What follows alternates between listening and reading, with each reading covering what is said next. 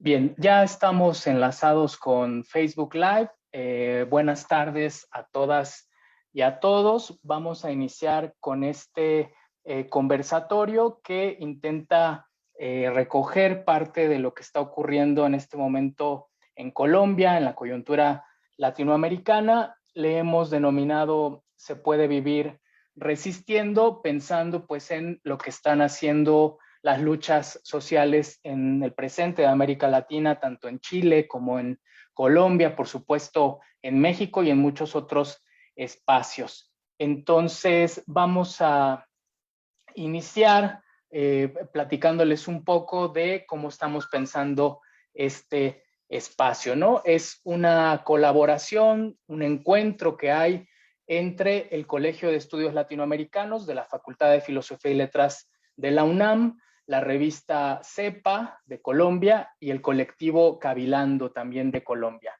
La intención que tenemos es reconocer en una perspectiva latinoamericana los pueblos que caminan en estas luchas con su legítima rabia, con la indignación que es producto de distintos procesos que se han ido acumulando, por supuesto el neoliberalismo, ahora la exacerbación de muchas condiciones de marginación con la pandemia y algunos otros elementos más. Y bueno, todo esto apunta también a pensar la posibilidad de la transformación social.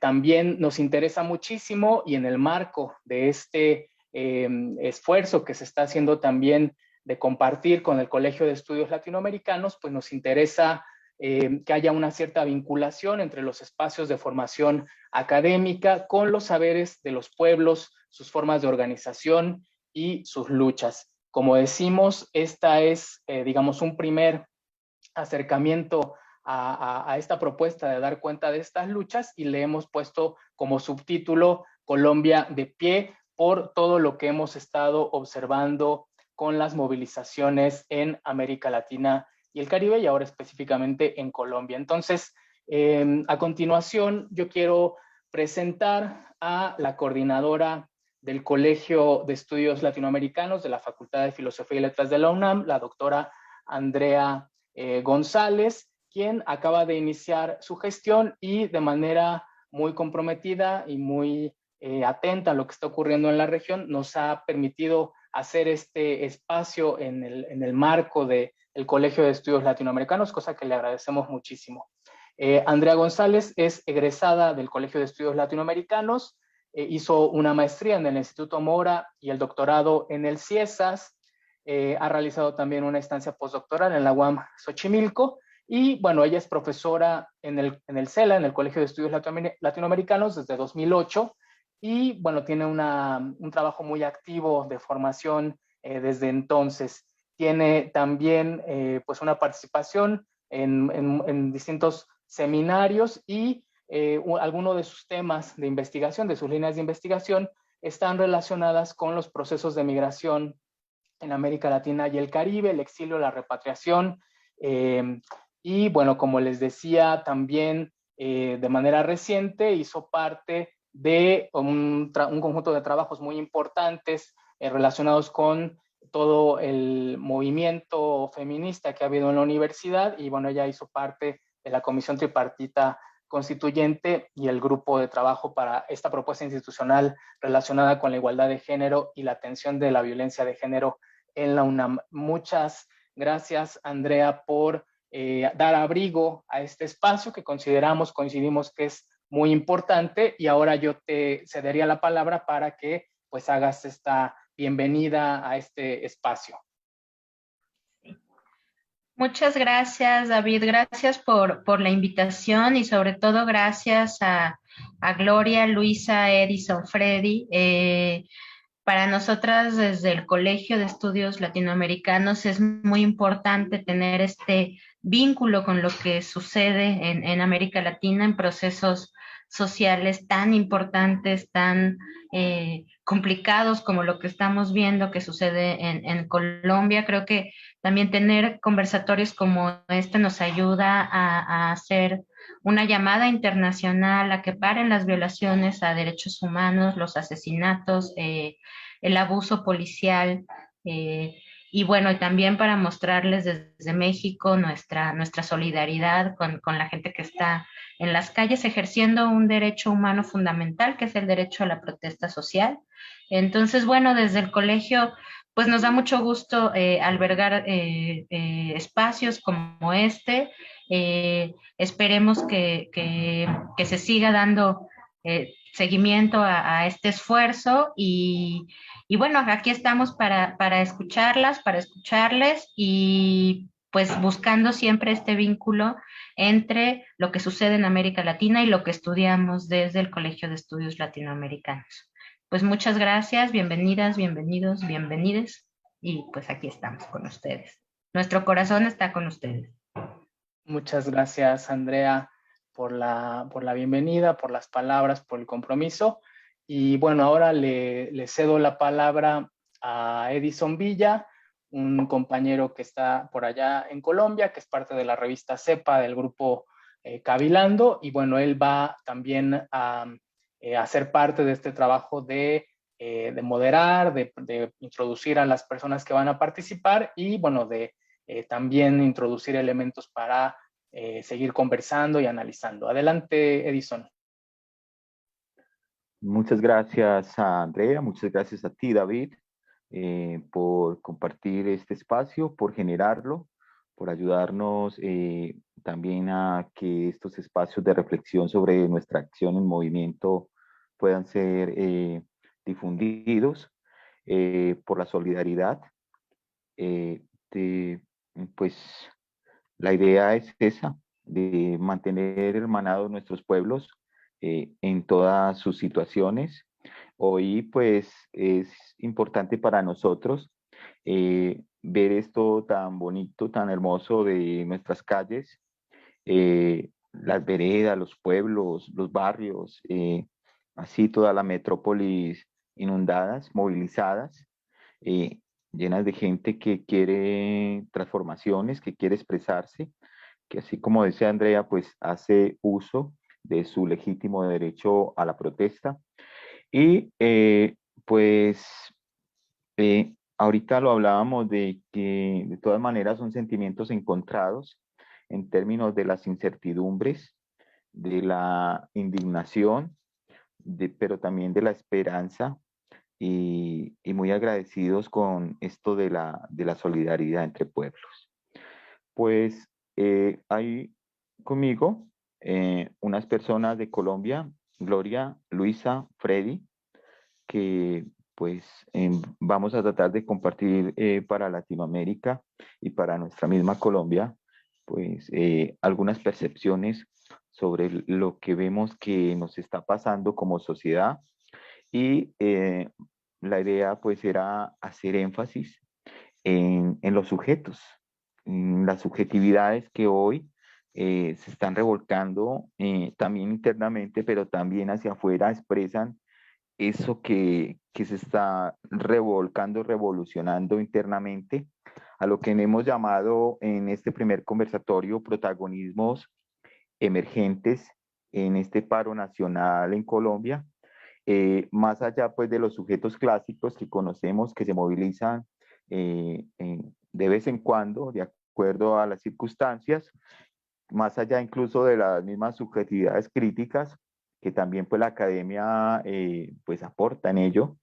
Hay unos sujetos orgánicos que antisistémicos, muchos, la mayoría de lo que vemos en este momento, y que asumen desde sus apuestas, desde sus prácticas y sus relaciones de resistencia, que es lo que vemos como novedad, como inédito en estas últimas manifestaciones en Colombia, tanto la de noviembre de 2019 como la de estos días. Y allí pues se deja ver una dimensión de lo político. Pero antes de entrar en materia con el conversatorio, sí, pues entonces Gloria, Freddy y Luisa, pues les pediría que en un momentico ustedes mismos se presenten, ¿sí? Y Gloria, no sé si quieras comenzar tú, si te parece. Bueno, muchísimas gracias a este evento de conversatorio, sobre todo porque, como le decía David, la necesidad de hermanar estas luchas conjuntas en Latinoamérica, de expresar esa solidaridad que realmente llenan el corazón de muchísima fuerza y entereza para mantenerse en estos momentos tan difíciles que estamos viviendo en el país. Entonces, dar gracias por este espacio. Me presento, yo soy Gloria Bermúdez, hago parte del equipo de CEPA también desde hace algún tiempo. Tengo una maestría en Género y Desarrollo de Flaxo, Ecuador. Soy licenciada en Ciencias Sociales, soy docente de colegio, educadora popular y bueno, también hago parte de algunas organizaciones de mujeres en la periferia de Bogotá. Muchas gracias, Gloria. Luisa, ¿ya estás por ahí? Si puedes, ¿me escuchas? Bueno, mientras Luisa, Freddy, también nos gustaría que te presentaras para que también pues, nos reconozcamos en el inicio de este conversatorio. Bueno, buenas tardes. Mi nombre es John Freddy Caicedo Álvarez. Yo hago parte de una organización de base que se llama Fundación Guagua, Galería de la Memoria Tiberio Fernández Mafla, y estoy articulado al equipo de la revista CEPA en el nodo Cali, que es la ciudad donde vivo. Y soy profesor de Ciencias Sociales. Trabajo actualmente en una universidad. Gracias. Gracias a ti, Freddy. Bueno, Luisa, ¿me escuchas? Parece que tenemos dificultades de comunicación con Luisa. Sí, hola, ¿cómo están? Qué pena, es que en este preciso momento, nos encontramos en jornada de movilización desde el arte y la cultura. Entonces estamos resistiendo desde el arte, estamos en movilización constante, seguimos luchando por los derechos del pueblo, así que es complejo en el momento, pero aquí estoy con ustedes. Qué bien, Luisa, qué bueno se siente eso, buena energía. Esperemos entonces, en el momento en que Luisa pueda intervenir, le vamos a estar haciendo la seña y cuando ella crea que es posible, pues entonces interviene y con esa energía que nos deja Luisa, pues entonces iniciemos. Hay una pregunta que nosotros creemos que es importante ponerla aquí al frente de primera y es la pregunta por esto, cómo se puede caracterizar, esto que está pasando, pues ya está sobredimensionada, digámoslo así, o sobrediagnosticada esto de las agresiones económicas, que les cuento a las personas de Latinoamérica, pues se ha logrado, se dice que retirar, pero realmente nosotros creemos que se están aplazando esas decisiones políticas que provocaron esta respuesta de movilización de este momento, en este caso, tanto la reforma tributaria como hoy nos informan del aplazamiento de la reforma de la salud, que se puede contar como pequeñas victorias en medio de esta manifestación, pero como es un paro pensado, digo yo pensado es como se van dando las cosas contra el neoliberalismo, entonces hay muchas otras cosas de las cuales hay que esperar a ver qué pasa. En medio de eso, de ese basta ya, de la población que se moviliza, que con fuerza pone su expresión en los caminos veredales, en las calles, en los barrios, pues les preguntamos a ustedes por esa situación, si esa situación logra ser un punto de no retorno, en el sentido de que no queremos esa normalidad que estaba antes de esto, igual que hablamos de que no queremos la normalidad que teníamos antes de pandemia, eh, frente a cómo identificar que esas problemáticas coyunturales y estructurales, pues ya no las queremos y ese basta ya tiene que ver con eso. Pues es una pregunta más para convocar a sus aportes, ¿sí? Entonces escuchamos en principio a Gloria.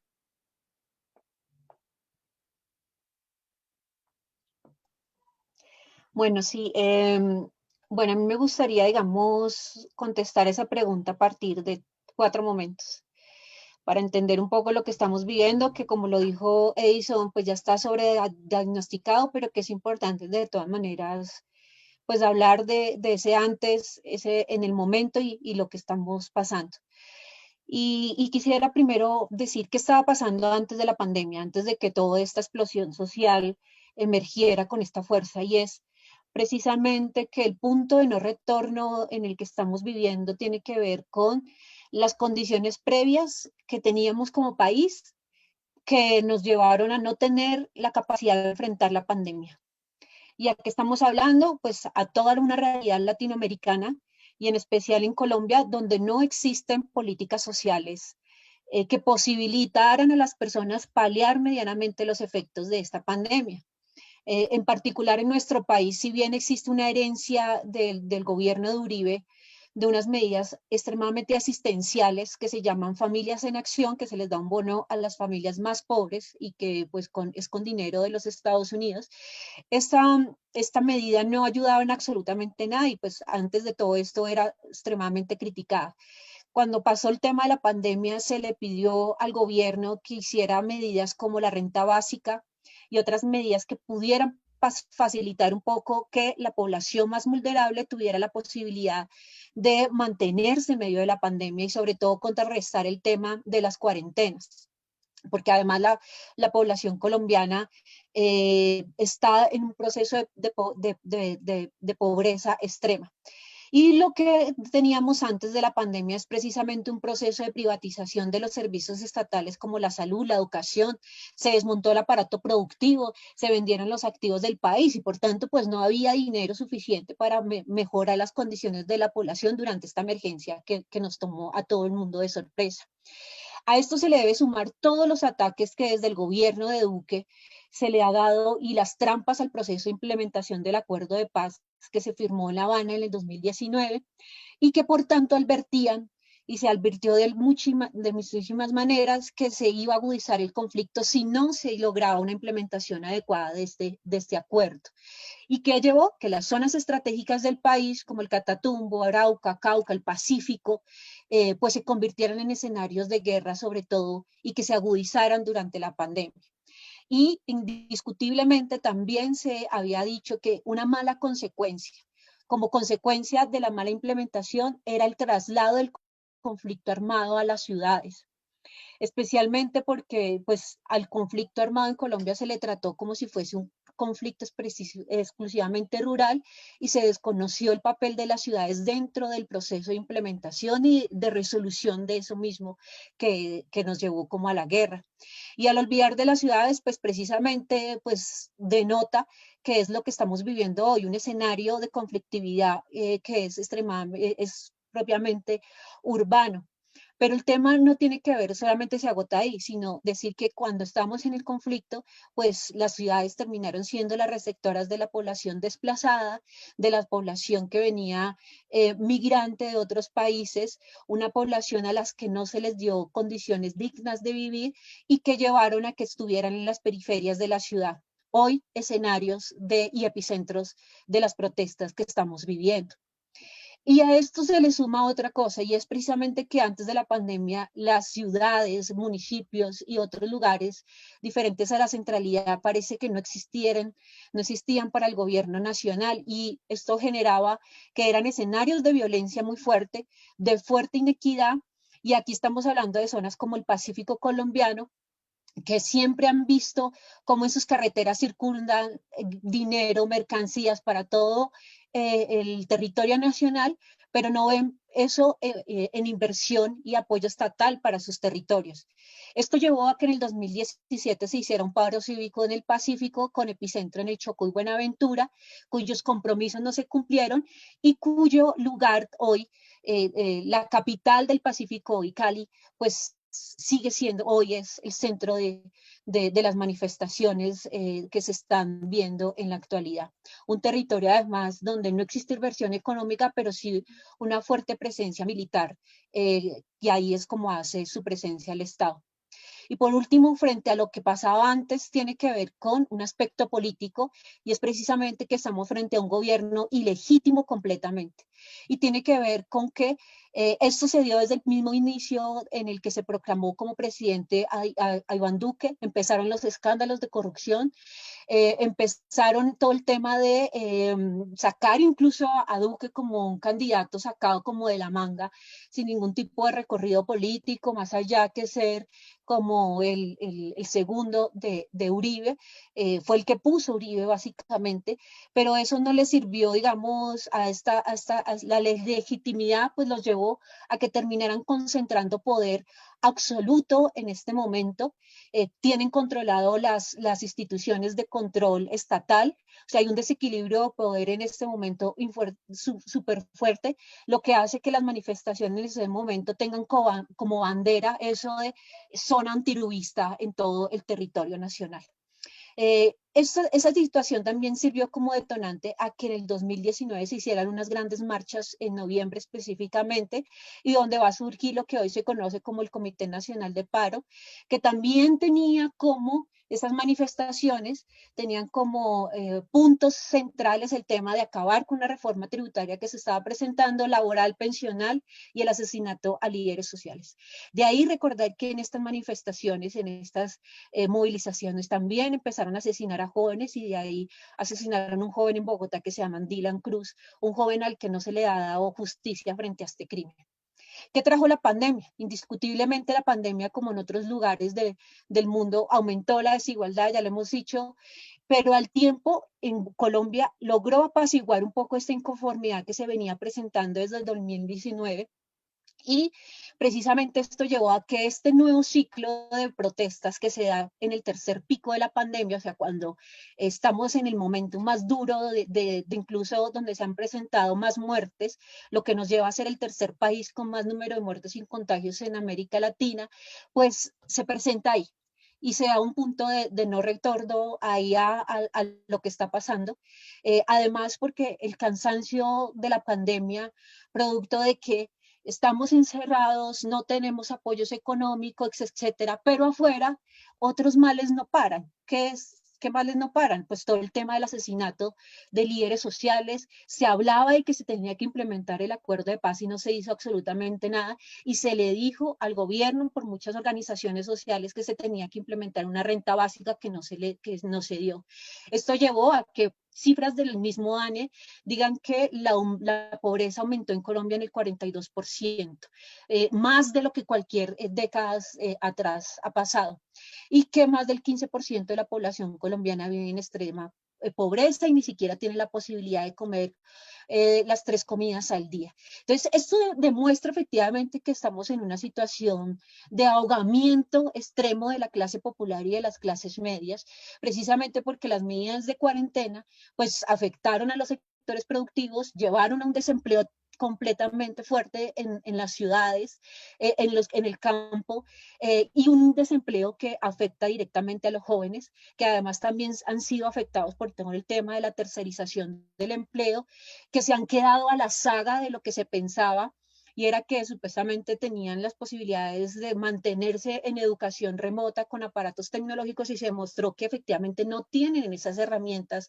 en sus hogares, y eso ya generó muchísimas más problemáticas en términos de la educación de las que antes se tenía.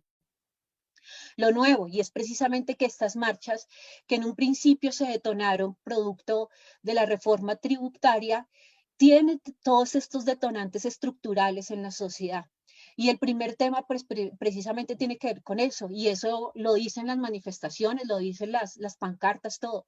El tema de la democracia, el tema de un país que lleva 20 años sumido en un gobierno único, de un partido de gobierno que es el Centro Democrático, y que no ha dado respiro para otras posibilidades y otras opciones de partidos políticos se acerquen medianamente al poder, y quienes medio son críticos pues siguen siendo estigmatizados. Todo el tema de la pobreza que es extrema en el país, el tema del empleo, la salud, la educación. Y lo curioso es que se trató de mantener las mismas estrategias para disuadir el tema de la protesta y las manifestaciones. Se decretaron prohibición de que esas manifestaciones no eran válidas, se pusieron medidas más estrictas, digamos, legitimando el tema de la pandemia, pero efectivamente la gente no acató esas medidas de miedo y decidió salir a las calles de una manera que sorprendió a todo el mundo porque fue una manifestación masiva el salir a las calles. Sin embargo, el gobierno, como siempre, no quiso escuchar y da un tratamiento y criminaliza la protesta y le da un tratamiento militar y represivo a la misma. Y esto hace que estas manifestaciones se hayan convertido en un epicentro de represión estatal muy fuerte. Para la ONG Temblores van 49 personas asesinadas en el marco de estas protestas, van 1.443 casos de violencia sexual, donde también se han presentado violencia de género, varias personas desaparecidas, algunas han terminado apareciendo después en hospitales extremadamente golpeadas. Hay una infracción a los derechos internacional humanitario en Bogotá hace 8 días, en medio de una de las manifestaciones más fuertes de represivas. Un helicóptero decidió aterrizar en un colegio emblemático en la zona sur del país, de la ciudad, que es el Colegio Claretiano. Pacífico, por supuesto, los colegios en Colombia son considerados territorio de paz, y aterrizó ese helicóptero para darle municiones al ESMAD y a la Policía Nacional, haciendo una fuerte violación al derecho internacional humanitario, y además de todos los abusos policiales que se han presentado. Abusos que han detonado en el que la gente esté cansada, indignada, porque no solamente han pasado este año. El año pasado en Bogotá hubo una masacre el 8, el 9 y 10 de septiembre, en medio de unas manifestaciones que se dieron precisamente contra el rechazo a un homicidio de un joven a que la policía lo mató y que fue grabado, Javier Ordóñez, y llegó al saldo de 19 manifestantes asesinados, porque además ese día, bueno, se quemaron CAIs, porque también ha estado presente todo el tema de estas respuestas violentas por parte de la gente frente a todo el ahogamiento que sienten en este momento. Cuando pasó ese tipo de cosas, no hay pronunciamientos ni de las entidades distritales ni de las entidades nacionales, sino se sigue justificando el tema de estaban haciendo actos vandálicos, por tanto la policía tiene la posibilidad de defenderse, lo que va contrario pues a la Constitución y a las normas nacionales e internacionales.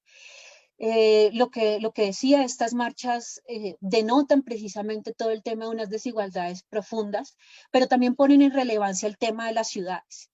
¿Y por qué ponen en relevancia todo el tema de las ciudades? Como decía, Colombia siempre ha estado expulsando a su gente. Hay un proceso de desplazamiento interno muy fuerte, pero además también llegó población extranjera muy pobre, que se asentaron en las zonas periféricas urbanas de la ciudad, unas zonas periféricas que fueron creciendo y creciendo con edificios de apartamentos, etcétera, a la que no se les dio absolutamente ningún tipo de medidas de habitabilidad, etcétera, y que hoy en este momento son los epicentros de las protestas en Bogotá.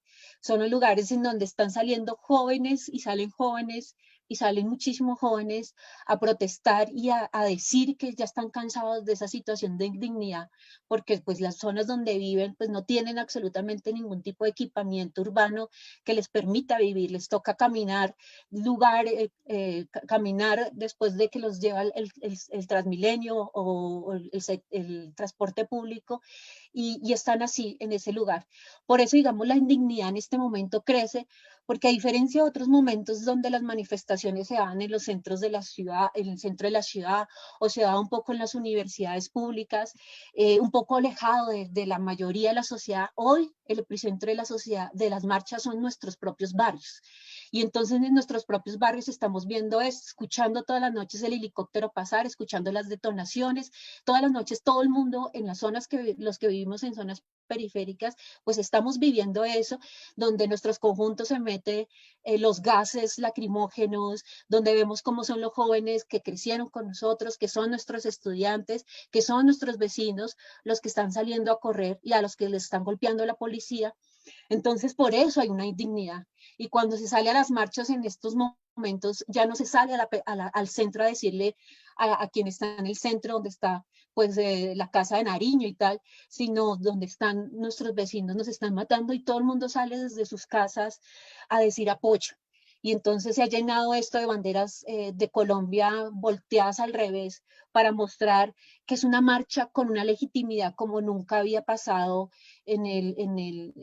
bueno, en lo que yo recuerdo de mi historia personal, pero también en lo que uno conoce como en la historia reciente del país.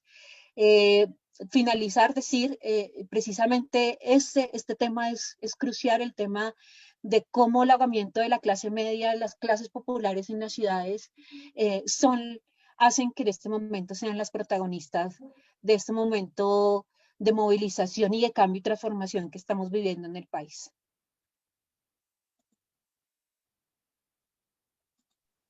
Muchas gracias, Gloria, por ese análisis tan profundo, pues, de todo esto que nosotros vemos que nos está pasando como sociedad. Freddy, así con ese análisis de coyuntura, estructura que hace Gloria, te pregunto a ti por el Basta Ya, esta movilización, y nosotros como sociedad movilizada, ¿tú crees que hemos llegado ya a un punto de no retorno? Te escuchamos. Vale, nuevamente buenas tardes a quienes estamos acá en la mesa y a quienes escuchan. Muchas gracias por este espacio para conversar, para compartir. Yo no estoy seguro de que estemos ya en un basta ya o en un punto de no retorno. Y yo incluso me atrevería a cruzar ese grito de basta ya, que en el caso de Colombia tiene una significación muy importante con el grito de nunca más, ¿sí?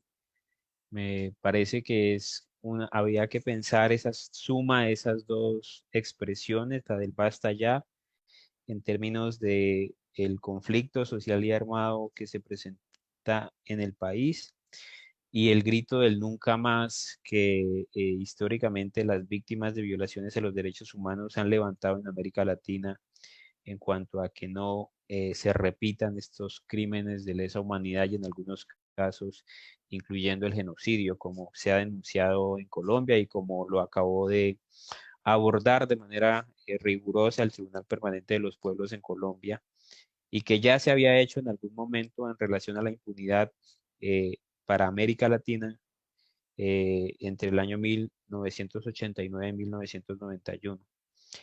Siguiendo con el hilo que nos propone Gloria, yo quisiera abordar algunos elementos aterrizados a lo que es el Valle del Cauca, que es un departamento que queda al suroccidente de Colombia y que para México es un lugar, no sé si lo tengan muy presente en su memoria ya, pero es un lugar importante en relación al conflicto que hoy se está presentando. Y no digo presentando acá en la región, en el suroccidente de Colombia, sino el que se está presentando en México. Primero quisiera indicar que un elemento muy importante es que existe un sistema económico que se divide como en dos facetas, ¿no? El sistema económico legal capitalista y el sistema económico mafioso capitalista que en los dos lados acumula grandes capitales y que además esos capitales se cruzan de lo legal a lo ilegal y de lo ilegal a lo legal en términos de que son flujos de capital que se lavan en uno u otro escenario y que se usan en otro escenario. Y que sea legal no quiere decir que sea legítimo, y eso quiero aclararlo, pero se da dentro de los marcos de ley que ha construido las familias dominantes acá en el país para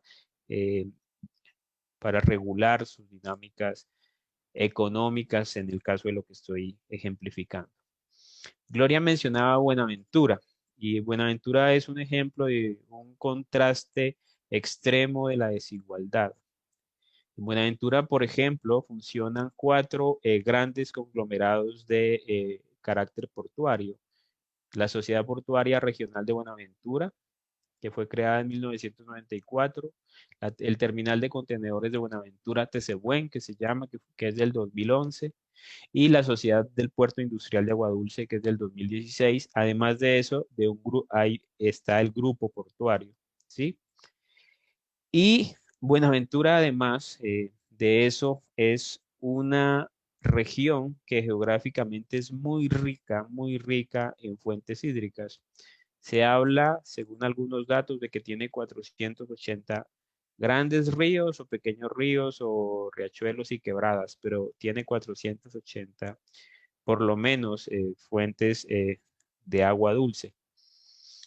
Y si bien este territorio tiene estos 4 grandes grupos económicos para la exportación e importación de mercancías y tiene este gran número de ríos, la gran mayoría de la población de Buenaventura vive en la miseria y en la pobreza, y un altísimo porcentaje de la población de Buenaventura no tiene servicio de agua potable permanente, ¿sí? Ahí uno se pregunta, como se lo ha preguntado la población de Buenaventura, que se ha movilizado, por ejemplo, en el 2017, como ya lo mencionó Gloria, ¿por qué, si este es el principal puerto económico de Colombia frente al mundo, y por qué además, si está en el Andén Pacífico, que hoy es, como ya lo ha planteado Dussel, el mar centro del mundo, el gran, digamos, escenario del comercio mundial, porque esta gran capacidad de generación de recursos económicos, eh, a su vez, lo que hace es profundizar la desigualdad y la pobreza y miseria de las familias de Buenaventura, ¿sí? Además de eso, tenemos un aeropuerto internacional que ha multiplicado por 6 veces la movilidad de pasajeros entre el año 1990 y 2016. De tal manera que al año 2016, por ejemplo, este aeropuerto ya movilizaba 5 millones de personas al año. Y sin embargo, tenemos en todo ese territorio un grueso de las familias que están también igualmente en la pobreza o en la miseria, y este flujo permanente, digamos, de recursos por una u otra vía no pareciera traducirse en eso que los economistas llaman, por ejemplo, en esa hipotética figura de la copa de champaña que va a regar la riqueza para el resto de las personas. Pero no siendo suficiente con eso, en este lugar donde hoy se moviliza la juventud y otros grupos sociales, el Valle del Cauca se ve beneficiado de una importante cantidad de tratados de libre comercio con Estados Unidos, Canadá, Chile, México, Perú, Costa Rica, la Unión Europea, Corea del Sur, Brasil, Argentina, Uruguay, Paraguay, El Salvador, Guatemala, Honduras, Ecuador, Bolivia, Suiza, Islandia, Noruega, Liechtenstein y los países del Caribe. Además de otros que se están generando alrededor de otras figuras de libre comercio, ¿sí?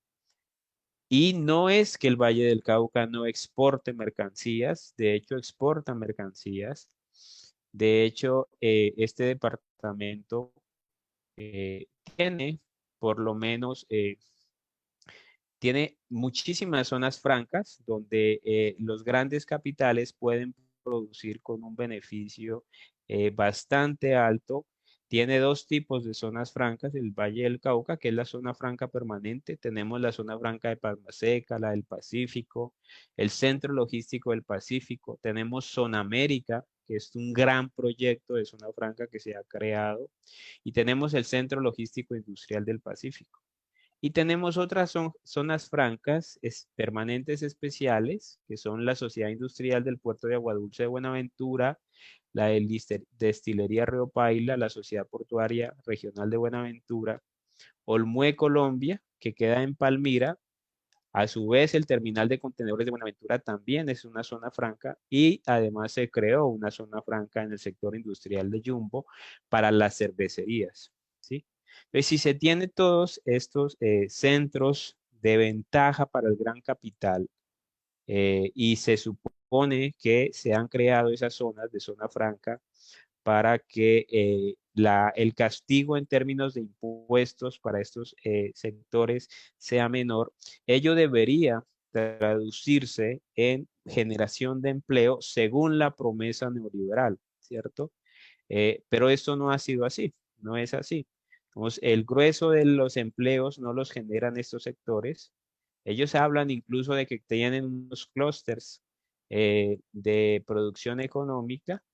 Hablan del clúster de snacks, de belleza, de excelencia clínica, de bioenergía, de proteína blanca, de sistema de moda, y hablan de un clúster de hábitat urbano, pero en la cotidianidad de la gran mayoría de personas, uno observa y evidencia, y las mismas cifras, ni siquiera de la izquierda o de la oposición o de los sectores más radicales, sino de las mismas instituciones estadísticas nacionales evidencian que estos no son los grandes generadores de empleo y que además la gran mayoría de la población está en el desempleo o en el empleo informal en condiciones cada vez más altas de pauperización laboral, ¿sí? Entonces, ese es, digamos, un primer elemento que en el caso del Valle del Cauca y de Cali se evidencia porque en términos de las promesas incumplidas del neoliberalismo, ¿sí? De esto de que el libre mercado y la intervención estatal solo para favorecer el capital y para garantizarle seguridad iba a beneficiar al grueso de la población. Pues no es cierto, no ha beneficiado al grueso de la población.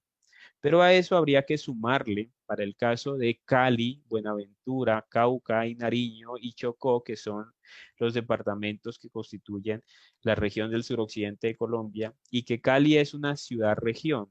Cali tiene 2.500.000 personas y esa ciudad, desde hoy desde donde estoy hablando, concentra a la gran mayoría de la población del suroccidente. ¿Sí? Es una región muy extensa y esta ciudad es un eje en términos económicos, en términos políticos, en términos comerciales, y de ahí también la importancia de la fuerte movilización que hoy se está realizando. Pero esta región donde yo estoy ubicado y donde hoy cada vez me siento más orgulloso de estar viviendo, es una región habitada por población afrocolombiana, negra, palenquera, según las mismas organizaciones étnicas han preferido denominar como población afrocolombiana, negra, palenquera y raizal, para no entrar en debates que les dividan, sino para recoger las múltiples miradas. Y muchos de los municipios donde vivimos son municipios étnicos afrocolombianos, pero también el departamento del Cauca, el Valle y Nariño tiene un altísimo número de población indígena.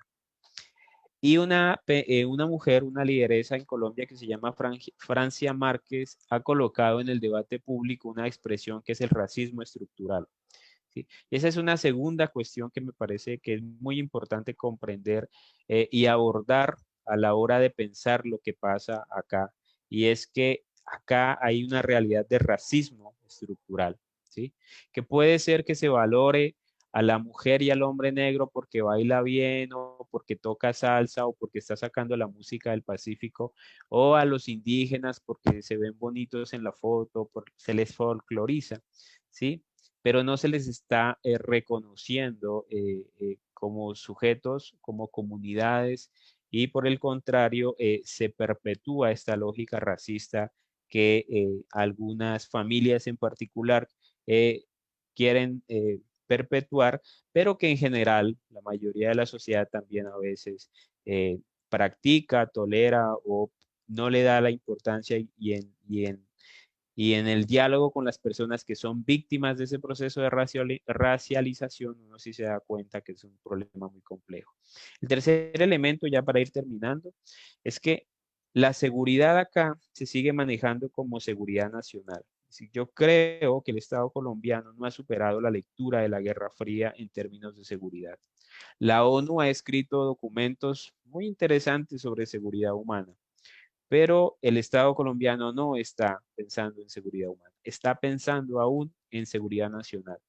Y en la lógica de la seguridad nacional, quien se movilice y quien proteste es enemigo interno, es enemigo del Estado. Y la única respuesta que conciben en ese sentido es que como esos enemigos son una amenaza a la estabilidad del sistema, entonces hay que eliminarlos. Otra cuestión gravísima que afecta a la realidad de nuestras comunidades es la corrupción. Es decir, se habla de que no hay recursos, pero recursos hay muchos. Y finalmente, por mucho tiempo se instaló un discurso de que todo esto que sucedía y que era delicado para la realidad de la gente, era que todo era culpa de las FARC-EP, las Fuerzas Armadas Revolucionarias de Colombia, Ejército del Pueblo, que era una guerrilla, según se dice, la guerrilla más activa y antigua del hemisferio occidental hasta el año 2016, y que en ese año esta guerrilla entró en un proceso y firmó un acuerdo de paz con el Estado colombiano. ¿Sí? Entonces, en ese contexto, con estas cuestiones estructurales que he mencionado, sumando a lo que ya señaló Gloria, es que hoy yo observo que se da un proceso de acumulación en las luchas que la represión no pudo destruir en su totalidad. Cuando observamos el informe Basta Ya, del Centro Nacional de Memoria Histórica, que en ese momento lo dirige a Gonzalo Sánchez, él nos dice que entre el año 1995 y 2005 se presentó el periodo más agudo de la guerra, el periodo más terrible de la guerra. Miles y miles y miles de personas asesinadas, miles de personas desaparecidas. Recuerden que según datos oficiales, hablamos de 50.000, 60.000 desaparecidos, ¿sí? En otras bases de datos de 80.000 desaparecidos. Ni siquiera las dictaduras tuvieron esa cantidad de desaparecidos. Entonces, en ese contexto, pese a ello, pese a que hay 8 millones de víctimas del conflicto armado, y pese a esa represión tan brutal, desde el año, para mencionar grandes eventos, en el año 1999 se movilizan los indígenas y se toma la Panamericana por más de un mes. Luego, unos años después, se movilizan los corteros y corteras de caña, que son sobre todo hombres y mujeres negras que reclamaron ante, digamos, esas formas de contratación laboral que son de absoluta pauperización y explotación. Hace 2, 3 años se movilizó nuevamente la población de Buenaventura, que es un municipio en su gran mayoría afrocolombiano, y el año pasado, como ya se mencionaba, en 2019, finalizando 2019, hubo un gran movimiento a nivel nacional. Y yo pienso que lo que hoy estamos viendo es cómo ese acumulado de luchas tan significativas que se han ido presentando y que se cruzan con la situación tan difícil de pauperización de la vida de las personas. Y como un acumulado de los procesos de luchas que creo que podemos entender, un acumulado desde mi punto de vista optimista, creciente. Creo que ese acumulado de fuerza y de capacidad de movilización es creciente. Creo que viene aumentando y fortaleciéndose, y en esa medida creo que deberíamos resguardarlo. Y allí, si logramos resguardarlo y seguirlo fortaleciendo, es que creo que se podría presentar un punto de basta ya y de nunca más. Muchas gracias. Muchas gracias a ti, Freddy. Luisa, ¿estás por ahí? Que ahorita no vi tu señal para participar. En así pues recogiendo un poco lo de Freddy, que también sumado a lo de la profesora Gloria, bueno, tenemos, parece ser una riqueza acumulada y un empobrecimiento poblacional del 99% más o menos, según han dicho en algunos estudios, en algunos informes, la riqueza acumulada del 1%.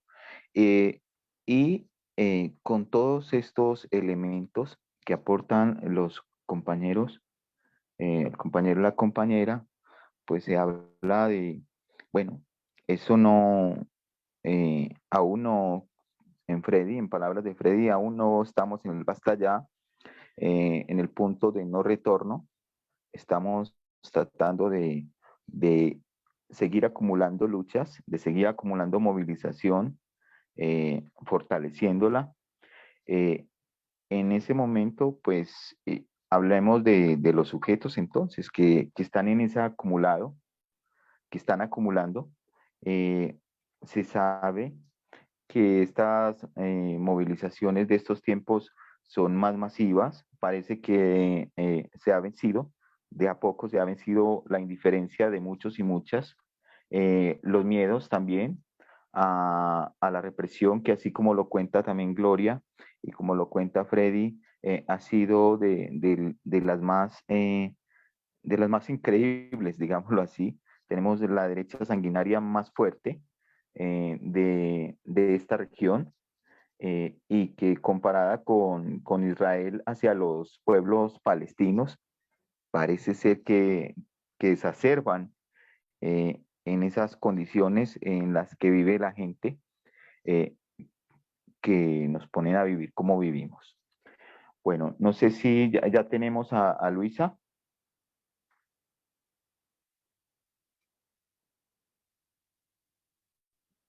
Parece que aún no tenemos a Luisa. Luisa nos informa entonces en qué momento puede.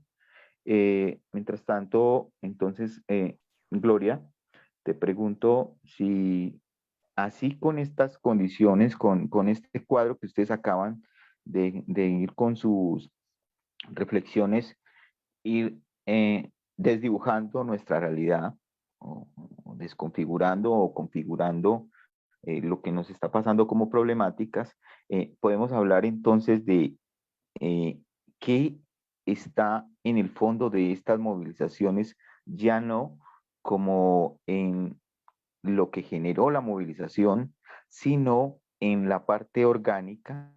Nosotros hablamos de que, y Freddy también lo nombró, en términos de que hay una juventud, eh, que no solamente pues juventud como la conocemos formalmente, que están los estudiantes, que están jóvenes que no son estudiantes, pero que en eso que se llama la perspectiva de no futuro, se movilizan porque esa tercerización laboral que decía Gloria, incluso esa informalidad en la que les toca o nos ha tocado laborar, eh, hace que muchos procesos comunitarios, procesos, movimientos de mujeres, de artistas, de ecologistas, eh, ya estén dispuestos y vienen a estas movilizaciones y se genera algo, pero ese algo que se genera no se puede leer con las categorías con las que clásicamente hemos leído las movilizaciones, en términos, digámoslo así, en otros momentos revolucionarias, eh, detrás del sindicalismo o detrás de los partidos de la izquierda, sino que son procesos que hemos llamado emergentes, como una forma de ponerle un adjetivo, pero que realmente no sabemos cómo se puede nombrar. Y esas formas, pues independiente de si se nombran o no se nombran, van hacia algún lugar. Ese indeterminado, pues es necesario irlo expresando. ¿Hacia dónde creemos que va esto en términos movilizador? Te escuchamos, Gloria, mientras Luisa se comunica. Dale. Bueno, a mí me gustaría como dejar 6 puntos como frente a quiénes son quienes en este momento se movilizan con más fuerza, decir que esto es un respaldo masivo de legitimidad que se da en mucha población, incluso población que en su momento era uribista, de derecha, y que pues ha mostrado que efectivamente hay una desilusión generalizada de la población frente a todo lo que estamos viviendo y sobre todo porque no se menguó los problemas como que se iban a venir y que se iban a agudizar con el tema de la pandemia. Entonces, como decía Edison, es un protagonismo muy, muy fuerte en las calles de los y las jóvenes, pero de las y los jóvenes de las periferias urbanas, yo podría decirlo. A diferencia de otros movimientos en los que pues uno ha estado y los ha vivenciado, en donde hay una movilización de estudiantes, sobre todo universitarios, estos han sido jóvenes que no necesariamente están estudiando en la universidad ni tienen, entre comillas, una formación política establecida, aunque sí lo tienen unas banderas muy claras políticamente y tienen unas lecturas políticas, pero no como solíamos decir que es la formación política. Son jóvenes de las periferias que viven en los barrios, que viven sin tener empleos, que estaban estudiando o que están por fuera del sistema educativo. Decir que el tema de la pandemia no ayudó a mejorar el sistema educativo, sino al contrario, el tema de que no tuvieran elementos para conectarse a sus casas llevó a una serie de desigualdades profundas. El nivel en este momento de deserción escolar es impresionantemente alto. Además, el tema del ya aburrimiento de los y las jóvenes de estar en sus casas estudiando cuando no entienden absolutamente nada de lo que está pasando porque no tenían medios y no tienen medios de conectividad. Y son esos jóvenes los que están yendo a la calle. Son jóvenes de las ciudades más marginales, los que tienen que caminar después de llegar a un lugar y seguir caminando y coger 2, 3 transportes para llegar a sus casas, donde sus casas lo único que ven también es violencia de la conflictividad urbana. Entonces, esos son los sectores que están emergiendo en este momento. Y son sectores que no se reconocen en unas banderas organizativas claras o existentes a las que se tenían antes. Como lo decía eso, no es que sean parte de movimientos de izquierda o sectoriales, no, se reconocen banderas propias, incluso uno podría decir que hay mucho joven que habla o está con el tema del anarquismo, pero hay unas banderas muy claras, digamos, muy particulares. El tema del antiuribismo es muy fuerte en las banderas de ellos, el tema del odio y el abuso policial, contra el abuso policial, contra la represión, es parte de una de las banderas claras que tienen. El tema de mejorar las condiciones de vida para la mayoría de la población, porque esto no es un movimiento sectorial que solamente estén peleando por sus condiciones y mejorar sus condiciones. Lo que muestra que hoy el anuncio del presidente Duque de decir que les va a dar matrícula al estrato 1, 2 y 3, pues no necesariamente va a menguar las marchas. Y son marchas, digamos, movimientos que están desbordados por el tema de estos movimientos sociales y de izquierda que han de vieja data. No se reconocen en el comité de paro, no se reconocen en esas banderas. Incluso hay un ejercicio en este momento de decir, bueno, en el comité de paro siguen siendo los mismos sindicalistas, hombres viejos, y no se representan, digamos, ni las mujeres, ni los sectores indígenas, ni los sectores afro, y mucho menos estos jóvenes que no hacen parte de ninguna agremiación estudiantil. Eso muestra, digamos, la diversidad, pero también, como decía Edison, hay muchas mujeres, compañeros indígenas y afros, que antes de estas movilizaciones han venido un ejercicio de politización y ganar unos protagonismos importantes en el ámbito nacional. En el caso de las mujeres, y que se ha mostrado un poco en este tema de estas movilizaciones, llevaron anteriormente a la politización de lo que se denomina todo el tema de los cuidados. El tema del cuidado en el sentido de, bueno, ¿quién paga todos los platos? ¿Quién no para en el medio de la pandemia? ¿Quién son las que cocinan, trabajan y siguen eso sin ningún tipo de remuneración? Pero además todo el tema del Viva Nos Queremos, y que ha llevado que en la actualidad, por ejemplo, la canción de Quintar Santana, la canción que ha sido emblema para estos días del 25 de noviembre y para el 8 de mayo, de marzo, se ha convertido ahora en una canción para mostrarle al mundo que también no queremos olvidar a todos los muertos en estas manifestaciones, a la gente de Cali, y le han dado y le han cambiado la letra, y se ha convertido también en uno de los temas más sonados, pero contextualizándolo a lo que estamos viviendo. También, por ejemplo, el sábado pasado en Bogotá y en otras ciudades en Medellín, se hizo una marcha, la marcha de las madres y las comadres, porque el domingo pasado se iba a celebrar el Día de la Madre, y entonces el sábado anterior se hizo todo el tema de las madres, de sus hijos, buscando a sus hijos desaparecidos en medio de estas manifestaciones. Salieron las madres de la plaza de Soacha, porque antes de estas manifestaciones también se ha venido politizando el tema de quién dio la orden de asesinar a todas las personas que terminaron siendo falsos positivos, es decir, personas que fueron asesinadas extrajudicialmente en el marco del conflicto armado por militares, y que se ha dicho, se está peleando por la cifra exacta, y además han salido muchas cosas en la Comisión de la Verdad y en otras comisiones de quién es el que da la orden, los militares que están ahí, un proceso que está en la impunidad, y aquí también se ha vuelto a tomar ese tema de jóvenes que son asesinados por la policía y que finalmente nadie responde. Entonces ahí está esa politización de esa maternidad, de que años pasados las mujeres decían no parimos hijos e hijas para las guerras, y ahora yo no parí mi hijo para que me lo quite y me lo arrebate la policía cuando va a salir a las marchas, y parte de las consignas era: mamá, si no vuelvo, recuerda que te voy a regalar un país mejor, o yo también soy hija única, entonces por favor no me mate. Muchísimas cosas hablando de esa relación de la maternidad, o marchas incluso, o carteles de mi mamá no me deja salir al paro, pero yo los apoyo, entre otras muchas cosas. Ahí hay un ejercicio de politización muy fuerte, y con el tema de las comadres era también la politización frente al tema del autocuidado, de cuidarnos entre nosotros mismos y entre nosotras mismas, de llamarnos cuando lleguemos a nuestros hogares. La noche se ha convertido en Bogotá en un lugar de manifestación muy fuerte y de represión. Ahí es donde empiezan a pasar muchísimas cosas, y pues da muchísimo miedo la noche, pero los jóvenes se salen a la noche a seguir manifestándose, a seguir luchando, y entonces ahí aparece todo el tema de cuidarse entre uno mismo, de que nadie nos cuida sino nosotros mismos, y donde además pues también los organismos de derechos humanos pues se han visto desbordados por todo el tema de los abusos policiales.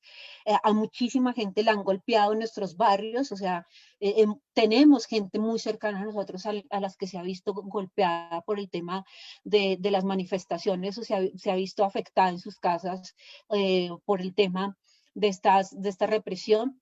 Y a propósito de lo que decía John Freddy, han aparecido líderes realmente de base, líderes del pueblo, que son mucho más legítimos que aquellos líderes políticos de izquierda incluso, o de las agremiaciones y sindicatos, que ya pues, la gente como que no confía mucho en ellos, y por ejemplo es la figura de Francia Márquez, una mujer que antes de estas movilizaciones se le cuestionaba porque quiere lanzar su candidatura como mujer.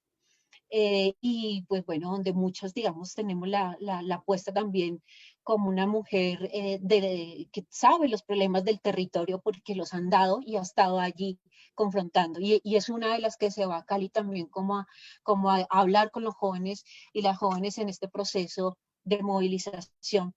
También este momento nos ha demostrado que teníamos muchos prejuicios con los jóvenes, y que efectivamente estamos equivocados, y afortunadamente estamos muy equivocados y equivocadas.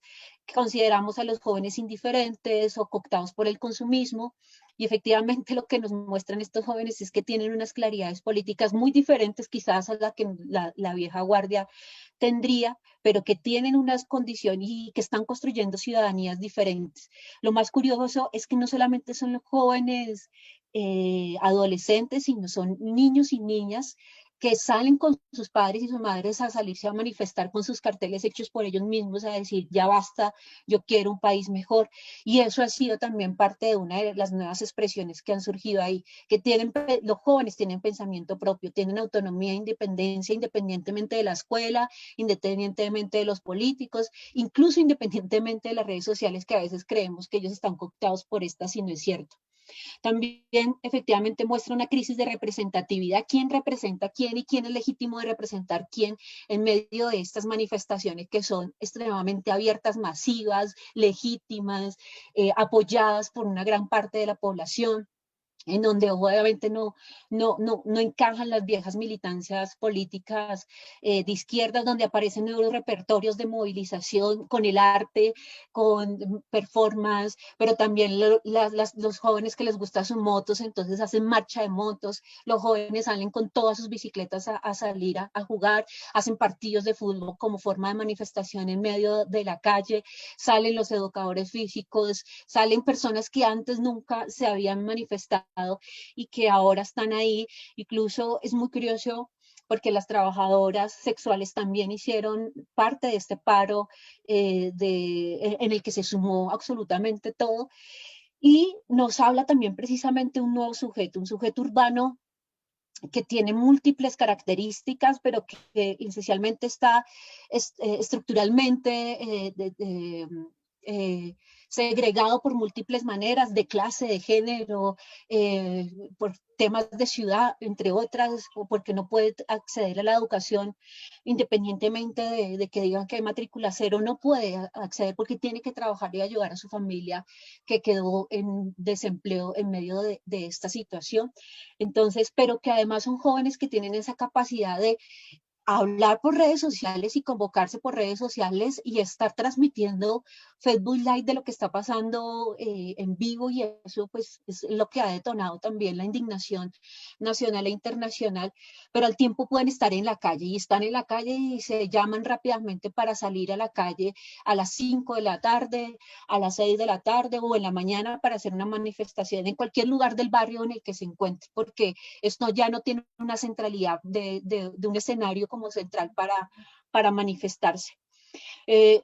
Parte también son sus símbolos. Los símbolos han sido muy fuertes porque han sido símbolos que muestran que no es parte de un sector, sino que lo que están peleando es por un país, y por eso el tema de la bandera al revés y la bandera como el símbolo de primero la sangre del país, la sangre, la franja roja volteada, y el tema de buscar en redes sociales eventos que muestren internacionalmente lo que está pasando en Colombia y con el SOS a nivel internacional, pues han logrado también hacer un ejercicio de activismo a través de las redes muy importante, y además de denunciar lo que está pasando en Colombia, que es una violación muy fuerte de los derechos humanos en este momento, un ejercicio de represión sin precedentes que no hemos tenido en todos estos años, incluso de conflicto armado, pero que pese a la represión militar y paramilitar, también hay que decirlo,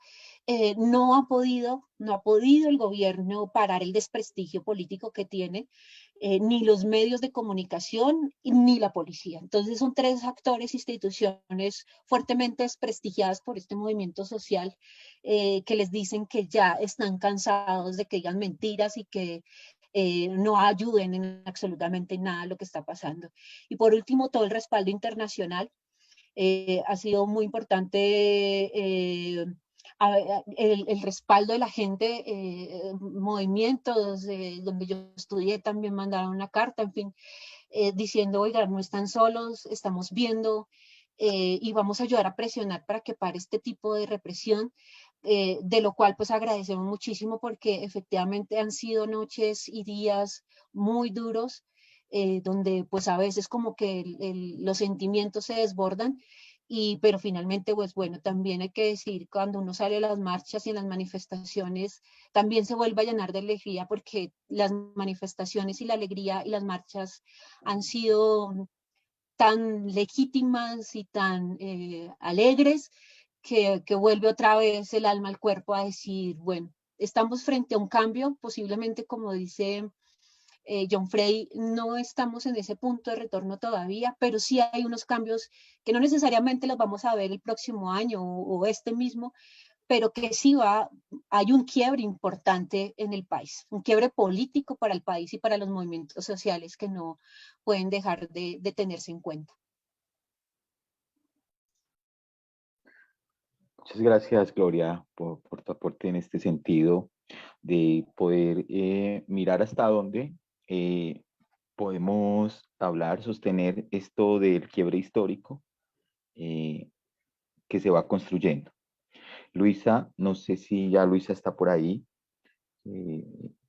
estoy pendiente de que se pueda conectar. Como les dijimos al inicio, pues ella estaba y ella también al principio pudo participar desde la movilización en la que estaba, en la que está en este momento en el punto cero.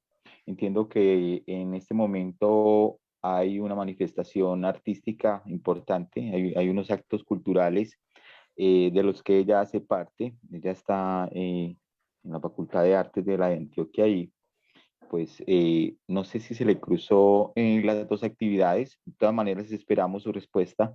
Mientras tanto, Freddy, en esto que empezó Gloria a caracterizar el sujeto del quiebre histórico, no sé tú qué nos podrías contar. Creo que David quiere proponer algo. Sí, Te solo escuchamos, quería David. hacer quería hacer un poco, digamos, contextualizar un poco cómo se ve la cosa desde acá, algunos elementos que nos han parecido importantes en esto que señalaba Freddy sobre los puntos, diríamos, en común. Siempre creo que hemos compartido esta crítica a la fatalidad, a los destinos fatales, y del mismo modo como en algún momento se cuestionó la idea de la colombianización de México, nosotros ahora cuestionamos, nosotras y nosotros cuestionamos esta idea de la mexicanización de Centroamérica o incluso de otros países, ¿no? Esto en relación a la violencia, que es un asunto que está claramente expresado en la represión a estas movilizaciones de los últimos días, y por supuesto que esto nos genera intereses. Por ejemplo, esto que se señalaba, en qué medida lo paraestatal, las llamadas BACRIM, el paramilitarismo disfrazado, estos eufemismos, está teniendo lugar o está participando de la represión, o se piensa que podría participar, cómo se está comportando también este actor. Y por supuesto que algo que nos llama mucho la atención en México, sabiendo el tipo de confrontación que está habiendo entre el ESMAD y la gente que está organizada, pues ese enfrentamiento con el miedo, con la posibilidad de resultar heridos, y bueno, estos datos que nos daba Gloria, que creo que sería bueno recuperarlos, de las cifras, ¿no? De los saldos de la represión. Si no escuché mal, hablaba de 49 personas asesinadas. Entonces es algo que no está circulando quizá de manera tan rápida en México, y bueno, sería bueno también saber cuáles son estos saldos de la represión del gobierno de Duque a esta movilización social, ¿no? Y bueno, respecto a algo que decía Freddy, es interesante porque cuando nos relata lo que está ocurriendo en Buenaventura, todo lo que ha ocurrido con los megaproyectos vinculados con este puerto tan importante, bueno, en México no somos ajenos a la problemática. Uno, porque se está impulsando también aquí un reordenamiento territorial vinculado con varios megaproyectos en el sureste del país, que es una región donde hay un componente de pueblos indígenas y afrodescendientes muy importante, y también porque, digamos, el Pacífico también es como el escenario en el que se dan buena parte de los tráficos ilícitos vinculados con la economía criminal, de estimulantes ilegales y también de muchas otras cosas. Entonces ahí hay como algunos puntos en común que podemos poner en esa perspectiva más regional, y bueno, esto que les señalaba, ¿no? Como pensar quizá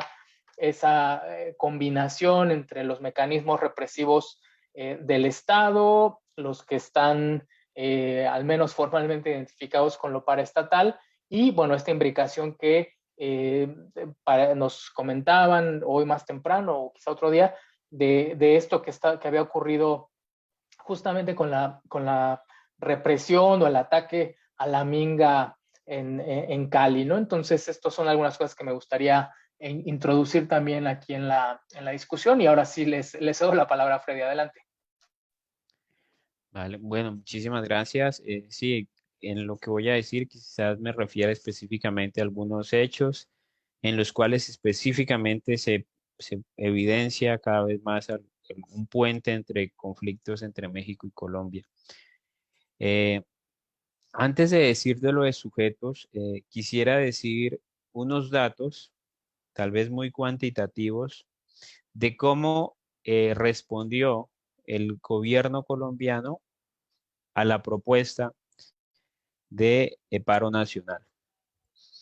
Además de intentar bloquear el paro nacional por vía de un decreto, de una decisión judicial, el ministro de Defensa, Diego Molano, anunció que para la situación del paro nacional había dispuesto de 39.858 unidades de Policía Nacional, de 6.770 soldados del Ejército, de 555 hombres y mujeres de la Armada Nacional y de 321 uniformados de la Fuerza Aérea. Eso fue lo que anunciaron el día anterior al desarrollo de la movilización y lo ratificaron el día de la movilización inicial, que fue el 28 de abril de este año. Como fue la ciudad de Cali la que al parecer, y la Gloria, Edison me corregirán si me equivoco, la que se moviliza de manera más contundente, ese 28 de abril yo les puedo decir que con toda seguridad hubo un carnaval por la vida, muy potente carnaval por la vida, un multitudinario carnaval por la vida. Y al final de la movilización o en unos puntos de la ciudad, y cuando digo al final es cuando la movilización ya pasó, en algunos puntos empiezan a suceder unas cuestiones que para nosotros siguen siendo de mucha inquietud y que pareciera que es un plan orquestado de sabotaje a la movilización para asociar la movilización social y la movilización política con vandalismo, con destrucción de almacenes, de cámaras, de semáforos, etcétera, de manera muy fuerte, de tal manera que esos hechos luego permitiesen judicializar y darle tratamiento policial a cualquier hecho de movilización. Y digo que son muy sospechosos porque creo, y ahí creo que hay un reto, creo que nos falta afinar las herramientas de investigación de esas cuestiones, ¿sí? Porque los datos nos llevan a plantear hipótesis con un alto grado de seguridad de que eso corresponde a un plan orquestado para sabotear la movilización y justificar luego la represión tan atroz que hubo, pero todavía nos falta, a mi modo de ver, elementos de investigación en ese sentido, porque muchas veces esos elementos de investigación también tienen que ser muy técnicos. Pero como la movilización pacífica, el carnaval por la vida del cual les hablo, fue tan potente en Cali, para ese mismo día anunciaron lo siguiente, que solo en lo que corresponde para Cali habría 800 policías adicionales, fuera de los que ya estaban en el territorio, 300 hombres de las fuerzas militares, y unas horas más tarde hablaron de otros 700 policías adicionales de varias secciones del SMAT. El SMAT es como el SWAT en Estados Unidos, es el Escuadrón Antidisturbios, no sé cómo se llama en México, y de 300 policías más. Dado que la situación no lograron destruirla por vía de la represión, porque la movilización continuó, para el 30 de abril anunciaron lo siguiente, anunciaron que había 2.500 integrantes de la fuerza pública, 500 del ESMAD, 1.800 policías y 700 del ejército para intervenir en los territorios, que se habían incorporado para eso 2 helicópteros adicionales fuera de los del que ya tenían acá y 60 motocicletas para la policía. Estas motocicletas pues son unas motocicletas de alto cilindraje donde se desplaza un policía y un agente del ESMAD a los diferentes puntos. Y eso también nos ha llamado la atención, ¿no? Nos ha llamado la atención que presentándose en el territorio una cifra tan alta de militarización, tanto de ejército como de fuerza de otro tipo, como de ESMAD y de policía, ¿por qué donde sucedían muchos de lo que llaman vandalismo, no había una intervención tan expedita y tan inmediata como sí había cuando se trataba de una movilización social o de un momento de protesta, ¿sí? Así quedar al otro lado de la ciudad, allá donde había protesta y manifestación, ahí llegaba, es más, llegaba policía y sigue llegando, pero ahí donde a 2 cuadras, a 10 minutos, a 5 minutos, donde quedan algunos de los centros más grandes de la policía, ahí hay un montón de personas sacando cosas de un almacén y ahí no llega sino después de que ya ha sucedido el hecho.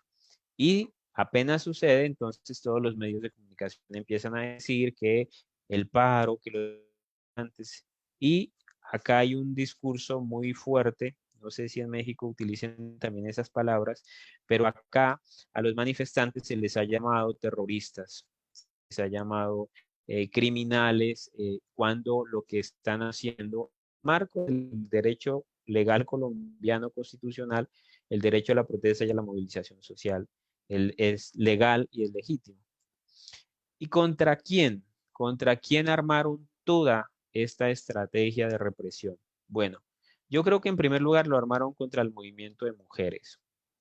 De mujeres, el movimiento de mujeres que es histórico, pero también de un movimiento de mujeres jóvenes que han venido haciendo todo un proceso de trabajo y educación popular en los barrios, en las comunas de la ciudad de Santiago de Cali, un trabajo de hormigas, eh, muchas veces imperceptible, con muchas colectivas por ahí en la ciudad, con sus debates y sus conflictos como todo proceso social, pero ahí está.